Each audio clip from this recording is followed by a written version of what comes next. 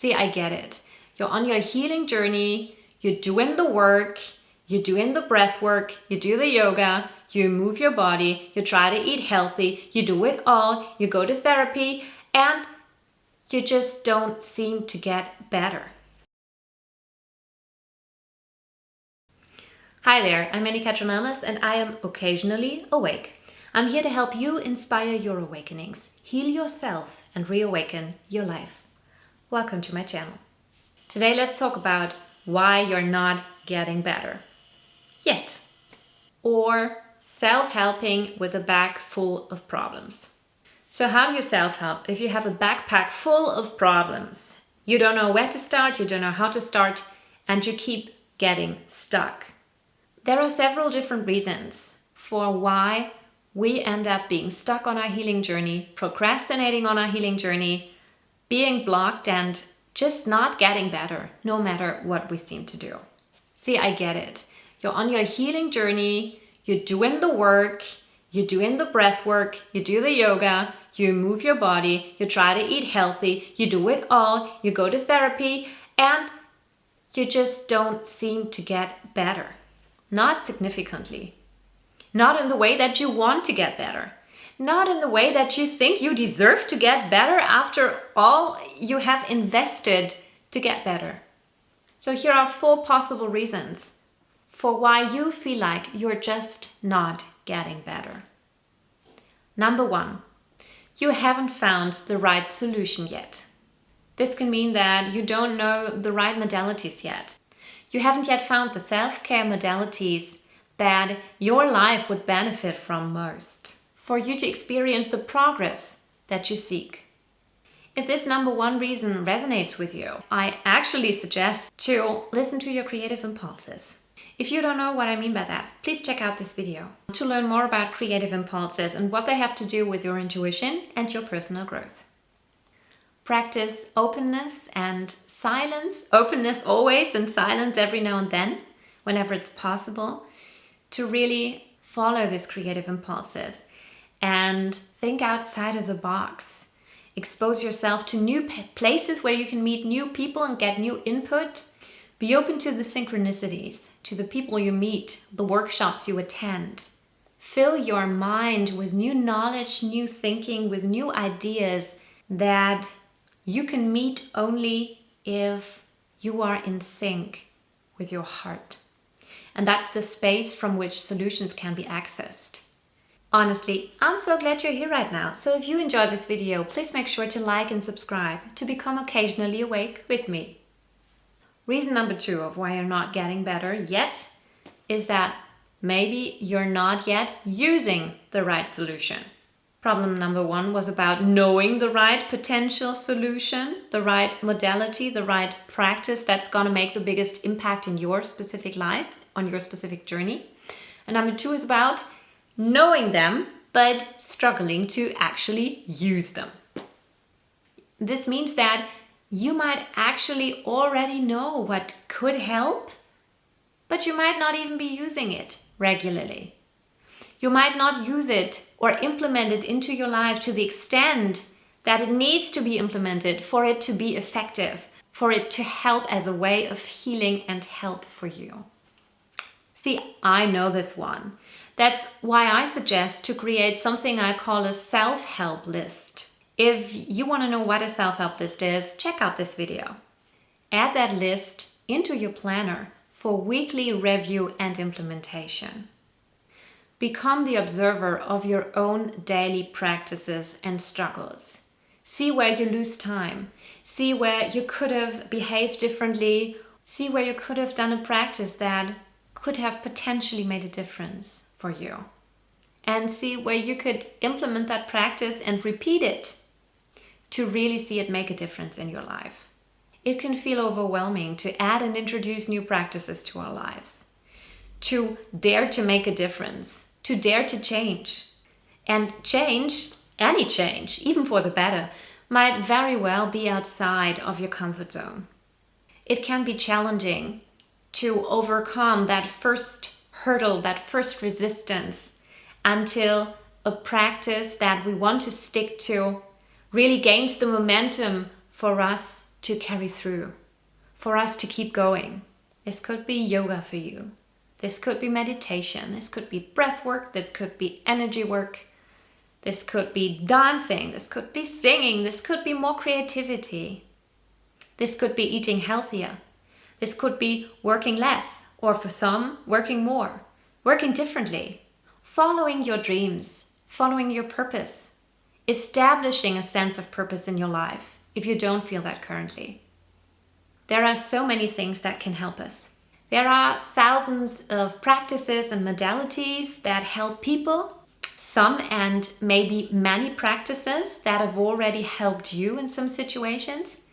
And there are a few practices or modalities that end up being the key that unlocks progress on our healing journey.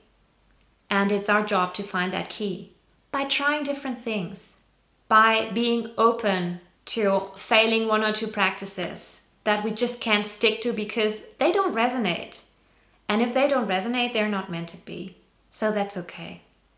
It's about observing what we need and where else we could implement things that we already know, that we've always wanted to try in our own lives, or that we've tried before in different phases of our lives, and see how we can implement that on a daily basis, ideally daily basis, on a regular basis, whatever regular may look like for you. And then consciously making space for these changes to occur, for those practices and modalities to happen in our daily lives. On a serious note, consistently not doing anything of what we know could help us can actually be a sign of freeze mode resulting from trauma experience. So if you're so stuck that you just cannot get yourself to help yourself and get going, please consider involving a specialized health professional. Reason number 3 for why you're not getting better yet is that you don't know the right problem yet. So number 1 and 2 talked about how we handle potential solutions, and number 3 and 4 are about how we handle the problems. Okay, so I also like to call this the elephant in the room. You might not be focusing on the elephant in the room. You might in fact be blind to the elephant in the room, because we all have our blind spots. It's part of being human. Some of us have a lot of them, and some of us have blind spots so large that I wonder how we can see anything. We all have our blind spots. Some of us because our psyche is literally protecting us from trauma and pain and overwhelm. And some of us have blind spots because we simply haven't drawn the connection yet between a situation at X years old and our behavior today, a fear today, a value today. See, every child grows up forming an understanding of what love looks like, of what their worth looks like, what safety looks like, what self-expression looks like, depending on the experiences that they make in their childhood. And because that's so self-evident to us, it can become a blind spot that it takes actual work for us to uncover. You know, most of the time it takes actual conscious work, and I don't want to use the word effort, but curiosity and involvement to become aware of the entanglements of your own life story. And you simply might need to do more of that work. You know, actually ask yourself, how did I learn what love is? Who set the example for that? And how was my relationship to them growing up? How did I learn what my self-worth is? And what is it depending on? What does safety mean for me? Is safety self-evident? Or have I experienced safety as being always in question, and I now have established behaviors and thinking patterns that try to protect me from danger and keep me in the unstable safety that I have learned? There are so many entanglements between our present and our past. Our personality and our identity today is a reflection of what we learned we would have to form as an identity, as a personality. That our identity is a mosaic of coping strategies. Now, that might sound highly negative, but I don't view it that way. It's just something to consider to become aware of, to become curious about, to really look into that. And if you resonate with this reason for why you're not getting better, look into it and just become curious about the entanglements in your own life. And some of us have our blind spots because a chronic state of dysfunction has become normalized.